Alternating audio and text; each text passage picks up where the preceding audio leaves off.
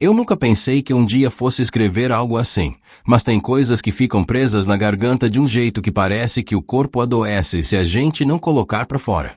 Tenho 31 anos, meu nome é Lucas, moro em Campinas, interior de São Paulo, e venho de uma família que, até pouco tempo atrás, eu considerava normal. Meu pai, Roberto, 63 anos, é aposentado da Polícia Civil. Minha mãe, Sônia, 59, é professora aposentada da rede estadual. Cresci acreditando que eles eram o exemplo de moral, caráter e retidão. Sempre ouvi discursos sobre honestidade, sobre nunca mentir, sobre como o certo era o certo, não importava quem estivesse envolvido. Tenho uma irmã mais nova, a Mariana, de 28 anos. Ela sempre foi a queridinha dos meus pais. Desde pequena, tudo o que fazia era motivo de orgulho. Era a aluna exemplar, a filha amorosa, a moça educada que todos elogiavam. E, de fato, a Mariana sempre teve esse jeito doce, calmo, uma aparência que inspirava confiança. Ela se formou em administração e trabalha num escritório de contabilidade no centro da cidade. Eu nunca tive motivos para desconfiar de nada em relação a ela. Até que o mundo começou a virar de ponta cabeça. A Mariana se casou há 3 anos com o Renato, de 33 anos, técnico em informática. Um cara simples, trabalhador, gente boa de verdade. Ele é do tipo que se desdobra para ajudar quem precisa, sempre disposto a colocar a família em primeiro lugar. Quando eles começaram a namorar, todos gostaram dele. Meu pai, principalmente, elogiava o fato de o Renato ser um homem de responsabilidade. Minha mãe dizia que a Mariana tinha tido sorte, que hoje em dia era raro encontrar alguém tão dedicado. O casamento deles parecia estável. Nada de brigas escandalosas, nada de dramas expostos. A Mariana sempre postava fotos dos dois viajando, indo a restaurantes, comemorando aniversários com legendas carinhosas. A imagem perfeita de um casal feliz. Mas a perfeição, eu aprendi, é uma fantasia bem construída. Tudo começou a mudar no início do ano passado. Foi um período conturbado para todo mundo. Eu e minha esposa, Camila, tínhamos acabado de nos separar, e eu estava voltando a morar sozinho. Nesse tempo, comecei a visitar meus pais com mais frequência, até porque eles sempre cobravam presença. Numa dessas visitas, percebi que a Mariana estava diferente. Evitava certos assuntos, parecia mais ansiosa, mais distraída. Quando perguntei se estava tudo bem, ela dizia que era o estresse do trabalho. Eu acreditava. Alguns meses depois, ela apareceu dizendo que estava grávida. A família inteira comemorou. Meus pais ficaram em êxtase, especialmente minha mãe, que já sonhava em ser avó há anos. O Renato chorou de emoção, segundo o que contaram. Eu também fiquei feliz, claro. Mas algo naquela euforia me pareceu forçado. Era como se minha mãe estivesse escondendo algo por trás daquele sorriso de quem quer convencer a si mesma de que está tudo bem. No começo, achei que era paranoia minha. Mas algumas semanas depois, durante um almoço de domingo na casa deles, ouvi minha mãe falar uma frase que mudou completamente a forma como eu via todos. Ela estava na cozinha com meu pai e eu no quintal, mexendo no celular. Eles não sabiam que eu conseguia ouvir. Minha mãe disse algo sobre o outro rapaz estar ligando demais, e que era para a Mariana parar de se expor. Meu pai respondeu que já tinha conversado com ele e que estava tudo resolvido, que ninguém precisava saber de nada. Na hora, meu corpo gelou. Fiquei parado, tentando entender se tinha ouvido direito.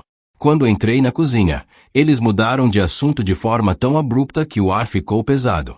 Senti aquele desconforto familiar de quem acabou de presenciar algo que não devia. Fiquei quieto, mas minha cabeça não parava. Nos dias seguintes, tentei juntar as peças. Comecei a reparar no comportamento da Mariana, nas idas e vindas estranhas, nas desculpas que ela dava para sair sozinha, até nos comentários truncados dos meus pais. A verdade se formava aos poucos, como uma mancha de tinta espalhando-se na água. Até que, um dia, minha mãe acabou deixando-o escapar de vez. Ela comentou comigo que o verdadeiro pai do bebê estava criando problema. Disse isso num tom de quem fala demais e se arrepende na hora. Quando percebi o que ela quis dizer, fiquei sem reação. Perguntei o que significava aquilo, e ela tentou disfarçar, dizendo que eu estava entendendo errado. Mas o olhar dela me entregou tudo. Eu insisti, e ela acabou admitindo que a Mariana tinha se envolvido com outro homem pouco antes de engravidar, e que havia uma grande possibilidade do filho não ser do Renato. Foi como levar um soco. Meu pai, ao saber que minha mãe tinha me contado, me chamou para conversar. Disse que a situação era complicada, que o erro já estava feito, e que expor isso agora seria destruir uma família inteira. Falou que a Mariana se arrependeu, que o outro homem não queria nada com ela, e que o Renato não precisava saber, porque estava feliz, achando que seria pai.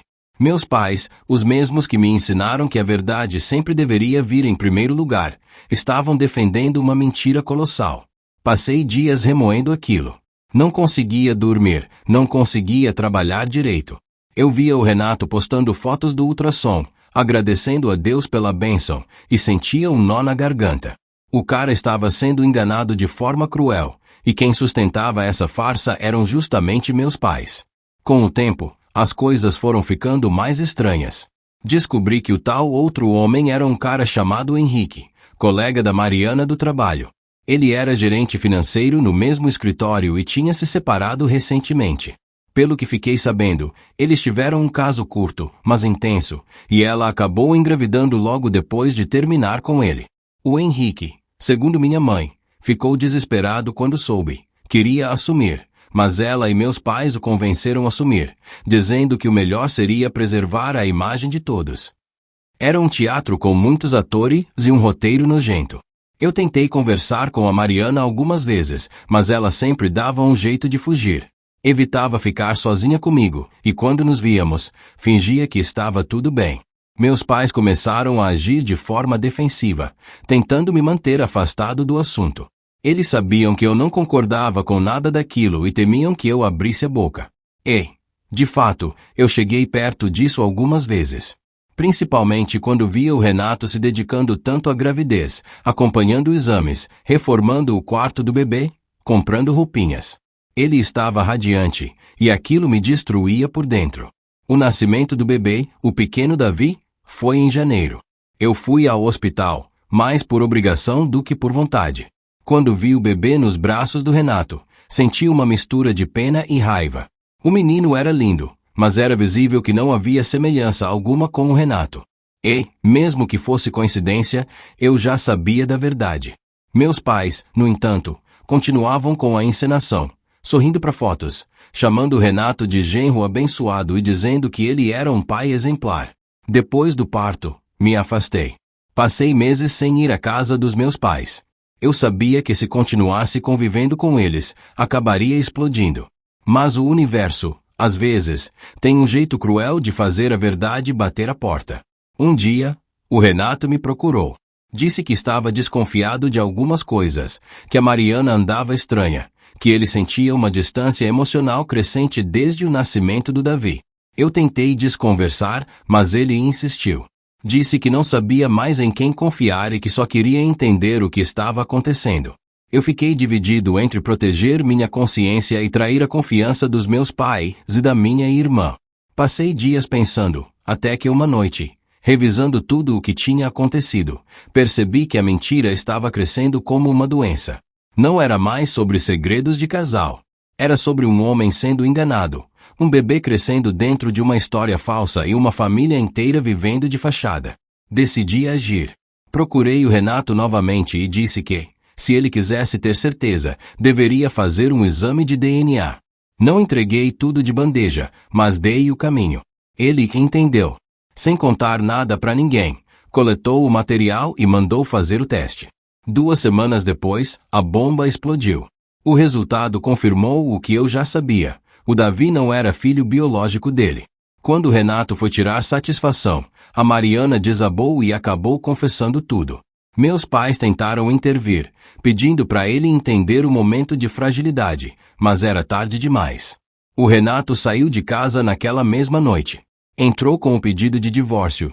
Segundo o que soube, está buscando a guarda compartilhada apenas para manter algum contato com o menino, já que criou laço afetivo, mesmo sem laço de sangue. Quanto à minha irmã, ela voltou a morar com meus pais. O tal Henrique sumiu da cidade, e minha mãe se afunda em justificativas sobre preservar a família. O preço da verdade foi caro. Depois que o Renato descobriu, meus pais cortaram contato comigo. Disseram que eu destruí a vida da minha irmã e que família não entrega família. Para eles, o errado fui eu. Fui o traidor, o dedo duro, o ingrato. Desde então, não nos falamos mais.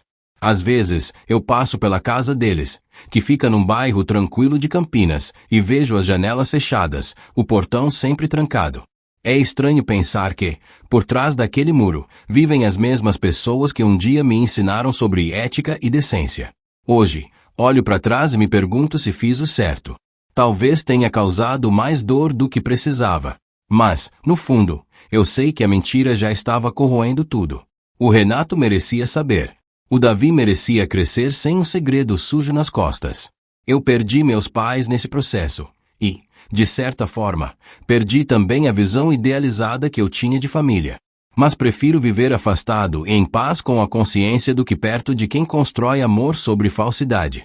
E, mesmo depois de tudo, às vezes me pego pensando se o tempo vai consertar as coisas, se um dia meus pais vão entender que eu não fiz isso por vingança, mas por justiça. Que esconder a verdade nunca protege ninguém, só adia o inevitável.